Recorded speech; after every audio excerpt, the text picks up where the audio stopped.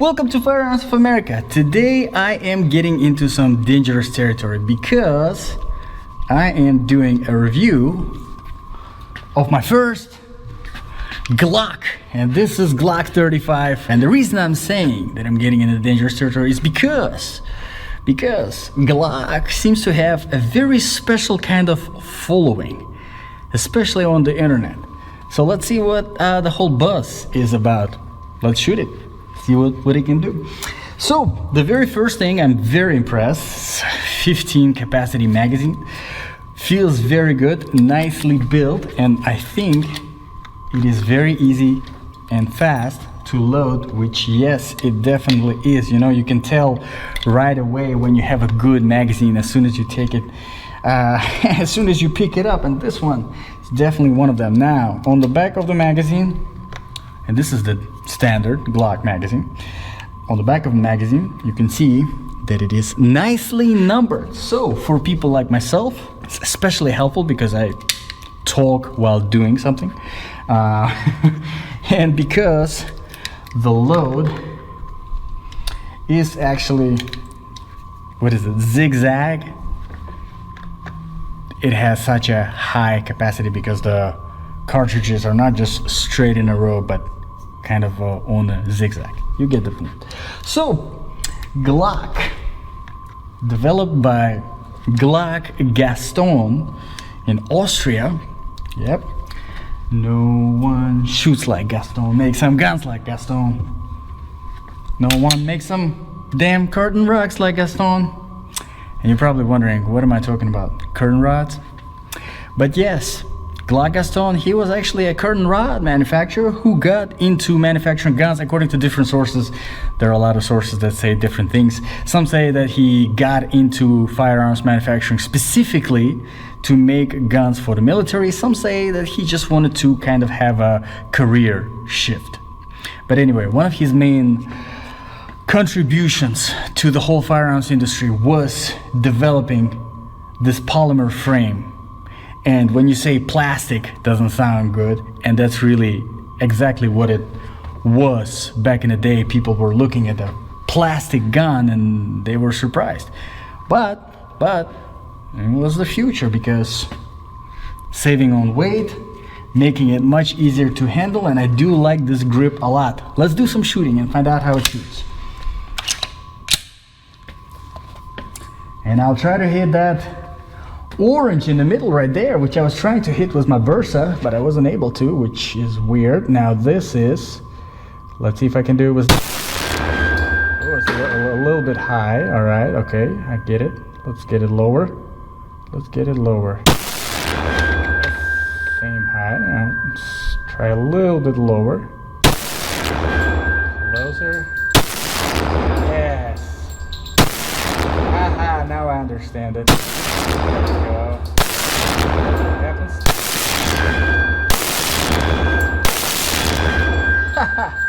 That's exactly what happens when you understand your gun. So, first thing I wanted to mention here with this Glock are the sights. They're interesting. They're different from pretty much anything I shot before. And as you can see, it's really a standard post sight. You know, you have your front sight and rear sight. But here, as you can see, there is this white design on the back that is going.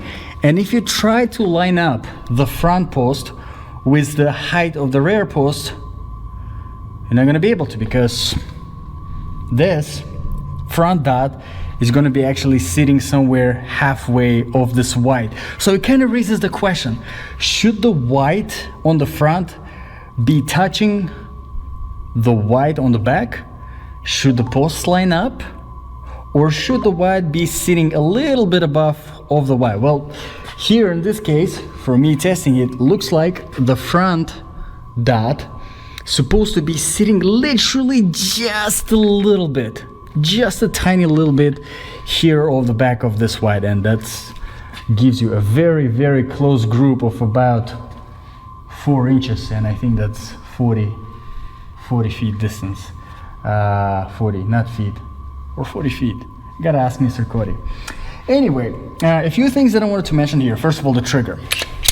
As you can see, it has this really good extra feature, basically this pre-trigger, which I have it actually on my Ruger, so I'm kind of used to that on my SR9, and I do like it a lot because it gives you that feel before you actually put your finger on the trigger. You have that feel that you are touching something. All right, so you get that first, so you have a little bit of that, and then you have a very solid about 3.5-4 millimeters of travel, which feels very good, very safe. And then after that, probably a very unsure millimeter of the travel, and then snap. Pretty good. It's very easy to get used to it. And obviously, you know, single action pistol, there isn't really two things to get used to. Usually whenever it comes to single double action pistols, you have to kind of get used to it being a light trigger and then it being a heavier trigger if you're using a safety feature like a decocker, for example.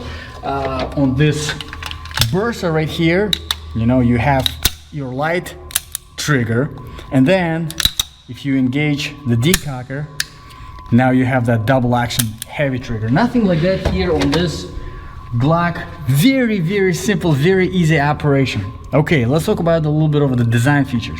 Like I said, I do love the grip a lot.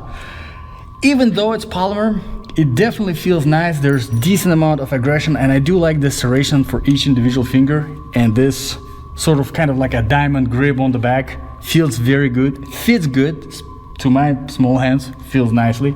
The slide release is here, very simple to operate. Nothing crazy over here, just a small lever, works nicely. The slide itself is very nice and smooth. Why did I pick the hardest word to describe the slide every single time? And as you can see, there's this cutout right here to kind of save on some weight because it's a, you know, steel slide, and this is where most of the weight is. We have our guide rod. Sorry, it's also plastic. Some people, I know some people, they're not a fans of plastic guide rod. However, I never seen, doing my research regarding the comments and reviews of this particular gun, haven't seen any complaints regarding this particular one. This thing right here, you probably are wondering what it is. No, this is not any kind of additional safety. This is actually how you disassemble the gun. This is how you remove the slide from the frame.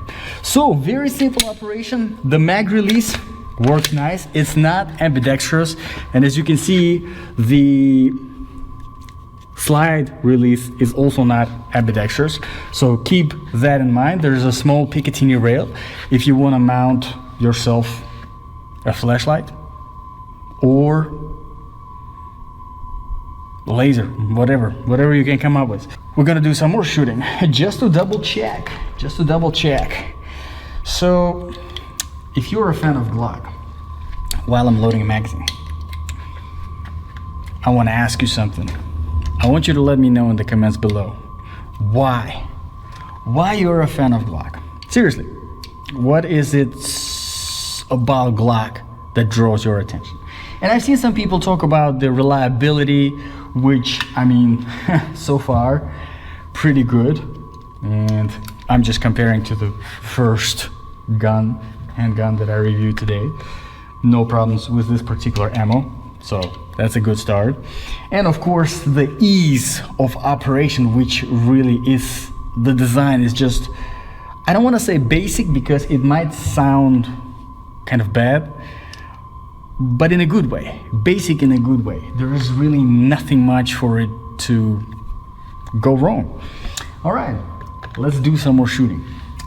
See how it can handle some more of that orange right there. Nice and smooth, I love it.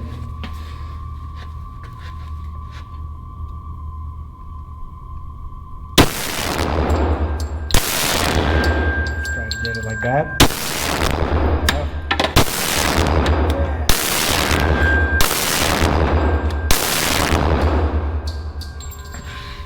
Destroy that orange right there. So